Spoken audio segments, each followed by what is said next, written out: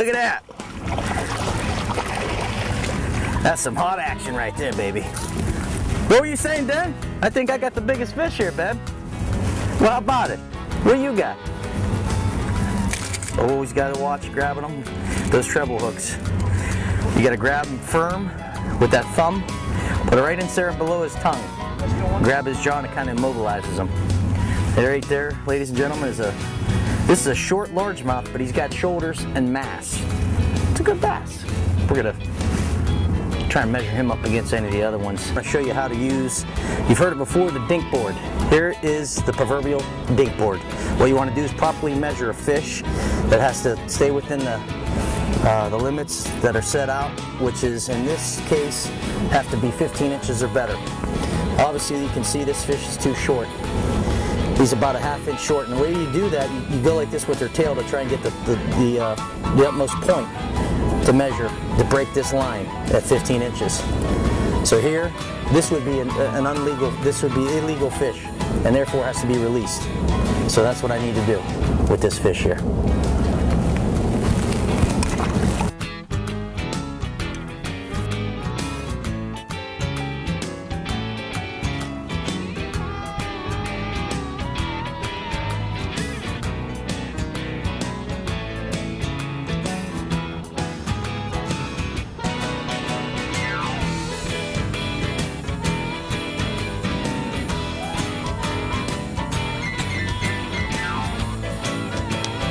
Oh, you lost your fluke.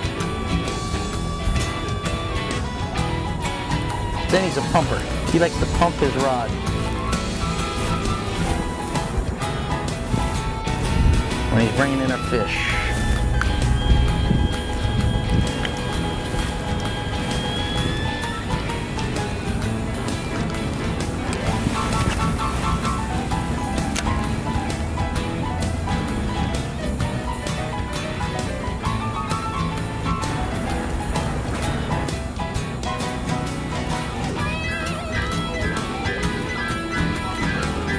You see fish in the pockets.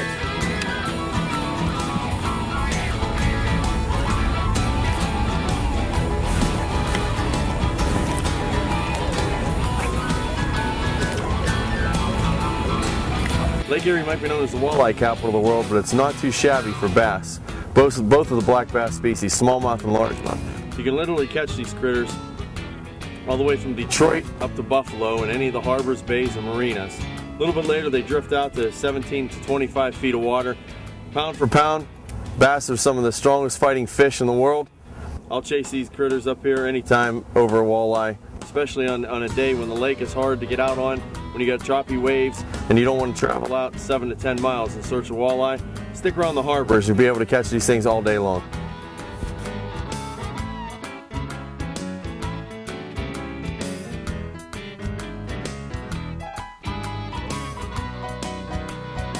I'm feeling blood too. You're feeling blood, come on. Suck the poison, Ron. Oh. Suck the poison. I'm not gonna do it. I have the hook removed, kid.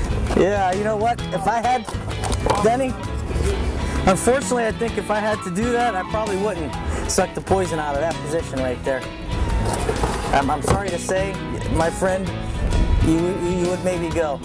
I need some slack here. Oh man, you got a real well, these are like, they're like $60 Columbia pants, so salvage the pants. Look at this. Don't worry about the salvage the pants. First it's my fishing reel, now it's his pants. Oh, look at this. I told you how to find. While Dan gets rid of the pain in his, we'll check in with the newest member of the Outdoor Icon Show, Weatherman Paul Wetzel. These things are going to be shot. We're back out at Mosquito Lake today with the Outdoor Icon Show, and I have Assistant Park Manager Mike Grammer with us today. We've been talking a little bit about the weather, Mike, and of course it's been a dry summer, a dry spring into summer, and just kind of curious, how is that affecting Mosquito Lake and some of the other lakes around here? Well, as you can see from the shoreline, the lake level's down. It's down a little over 1.5 feet. It affects the boaters by exposing some of the underwater hazards, brings them up closer to the surface. We put out signs at our boat ramps warning boaters to be aware of possible hazards.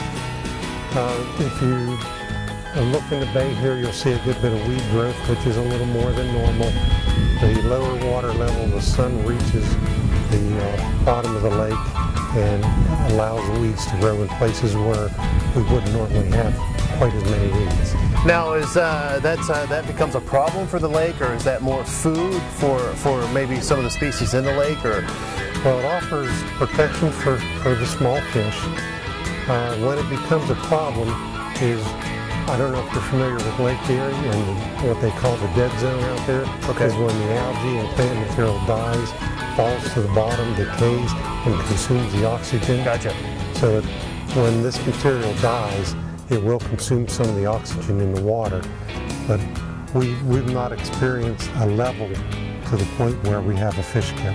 Okay. Now, as far as being a dry year, what would you say the main effect to this specific lake or any of the lakes around would be to boating more than anything else? Well, or? the hazards to boating. Okay. You know, stumps and high spots in the contour of the bottom of the lake are now just below the surface of the water, where a boater could go through an area full speed. You know, the sandbars are closer to the surface.